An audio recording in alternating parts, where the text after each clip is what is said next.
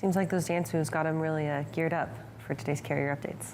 Oh yeah, no, they were on fire today. It's absolutely were. You know what gets me on fire? I was going to say, speaking of people who are on fire all the time, we've got Alan Adler here with us this morning, ready to talk about a topic that I think really sets him on fire. Nikola back in the news once again, but really not for bad this time. Alan, what can you tell us?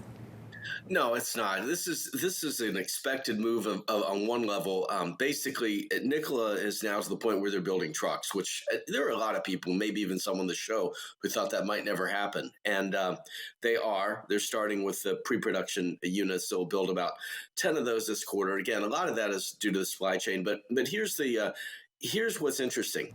They have said for over a year that they're going to need more money to basically build a scale over there and in Phoenix, outside Phoenix and Coolidge, Arizona. And now they're asking the shareholders basically to hold the bag by allowing an additional 200 million shares of stock to be authorized. What that would do is take the total number of shares from 600 million to about 800 million. And for those who have stock, you know that whether in Nikola or anything, the more you add, the greater the dilution. In other words, your value is worth less. So essentially what the leadership of Nikola is doing is asking the shareholders to accept dilution against a bet on the future. Okay. This is interesting on a number of levels. The amount of money just at the current trading price around $7.50 when this was announced would raise about $1.5 billion. If they need $1 billion, that gives them room to do more later. But basically, they're saying through this particular move that there's probably not a lot of interest in the capital markets. Things are obviously messed up right now everywhere in terms of borrowing money. Interest rates are going to rise maybe as soon as today. So the idea of selling your own stock is probably the best option for them. This is a big move in terms of getting them what they'll need to, get into 2023 and beyond. And it's actually kind of similar to a move that the executives of the company, the top 5 executives that are listed in the proxy statement, have all agreed again to work for $1 a year salary for another year. So, they obviously have a very large bet on the stock going up in value and then they'll get paid handsomely later. Alan, I'm interested in your opinion. My opinion is, and I'm with you, maybe you were referring to me, but there was a point where I thought it's just never going to happen, right? I mean, back in, Trevor Milton was actually 2 hours away from being on our What the Truck show when the Hindenburg report came out, right? And things started to go south for them. But they've turned things around quite a bit, and now asking people to, at that time it seemed like something like this, asking for dilution in order to bet on the future would have been a completely silly thing to have asked a year ago. Now, it doesn't seem so silly to me anymore. It seems like they've righted some things and they're going certainly in the right direction, correct?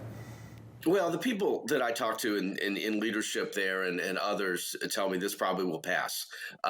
It's interesting because, are you willing to go long, so to speak, on a company?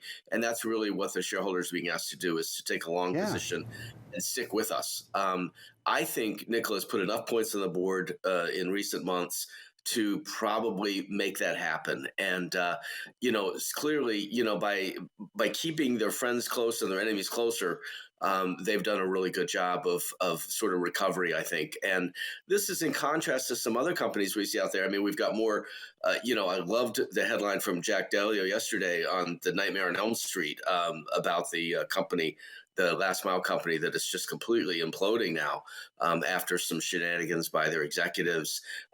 You've got other electric truck companies and car companies out there that went SPAC, went public via SPAC and have, since been exposed for some, questionable dealings. Nikola went through a lot of rough stuff, and most of it is behind them. Now, we still have Trevor Milton's trial coming up.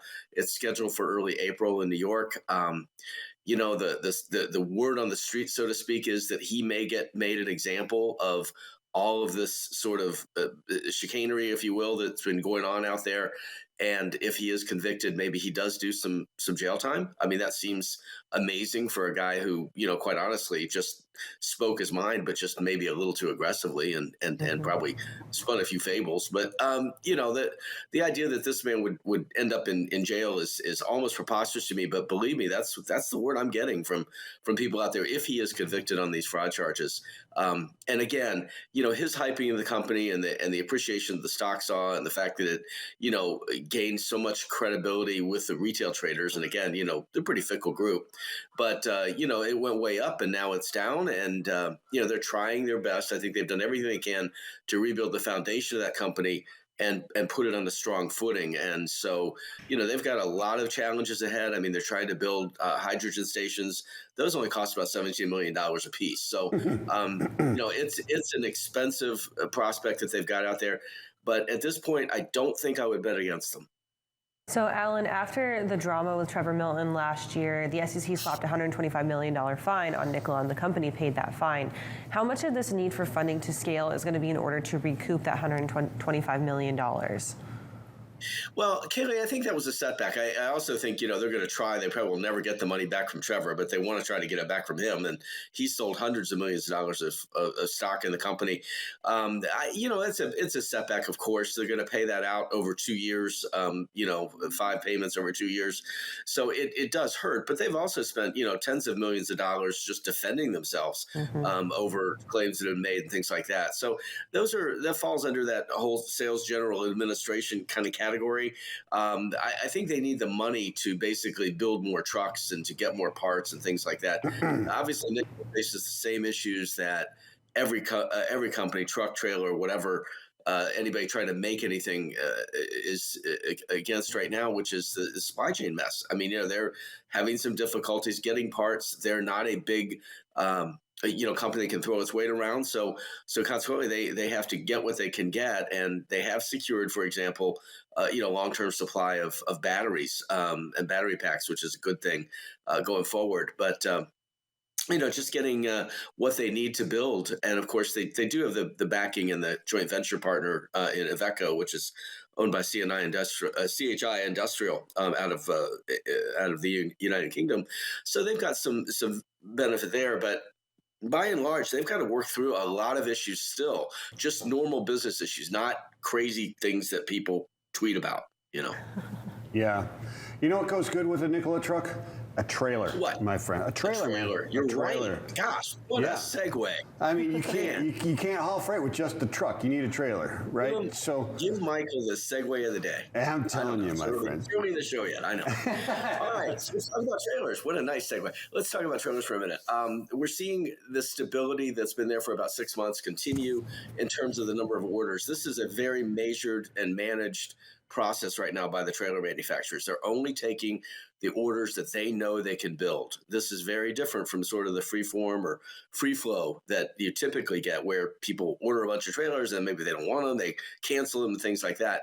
That's not happening right now. You may as well have a doorman on this issue right now in terms of what orders are getting built. Now, one of the phenomenon that we're starting to see, this was brought up in the FTR Transportation Intelligence report yesterday, is that older trailers, the ones that might sit against the fence or be used for storage, maybe they're a little rusty, they may not be, really look good right now, that are being used for storage, are being refurbished, cleaning them up, bringing them back, and putting them back into service. And that is because fleets, even though we just heard that, we've got kind of a reversal in the tender rejection index, and that their capacity is loosening, you still have a lot of people that have a lot of freight to move, and they don't have new equipment to do it with. So they're doing everything they can. I mean, you buy what you can get, you refurbish what you can, and you try to keep your business moving. Yeah, sir. I was going to say, I feel like that's a great plan, right? Like, I drive down the interstate and I see yards of just trailers sitting there, like reduce, reuse, and recycle. That's the first rule, right? I guess. I mean, it does cost some money. I have no idea how much to make these things, current again. They are not going to have the technology that a lot of the newer trailers have and things like that. But in a pinch, they'll work. They can always go back against the fence later, Yeah. and I guess I'm toying around with the headline of something around perfuming the pig or something like that today. Listen, supervisor training 101 back in the day was when you back it against the dock, you go in and close the doors so you could see where the light was shining through it, and then get out your aluminum tape. I am not kidding you. That was one of the first things you were trained, and I don't think we retired a trailer until it was over 50% aluminum tape. Then we got rid of it. Is that where 1,000 Points of Light came from? I think it is. I think it might be, my friend.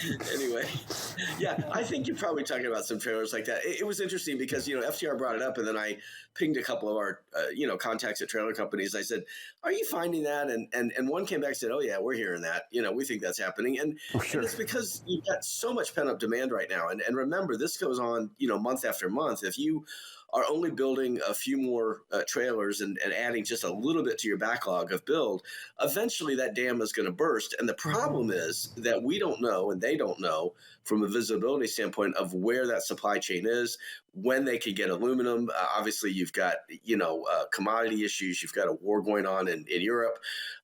This is going to be a mess, and it already is one. And I think, the visibility, if they thought they had some for the second half, I'm wondering when we're going to start hearing that, it's going to be the first half of 23 till we really see what's going on.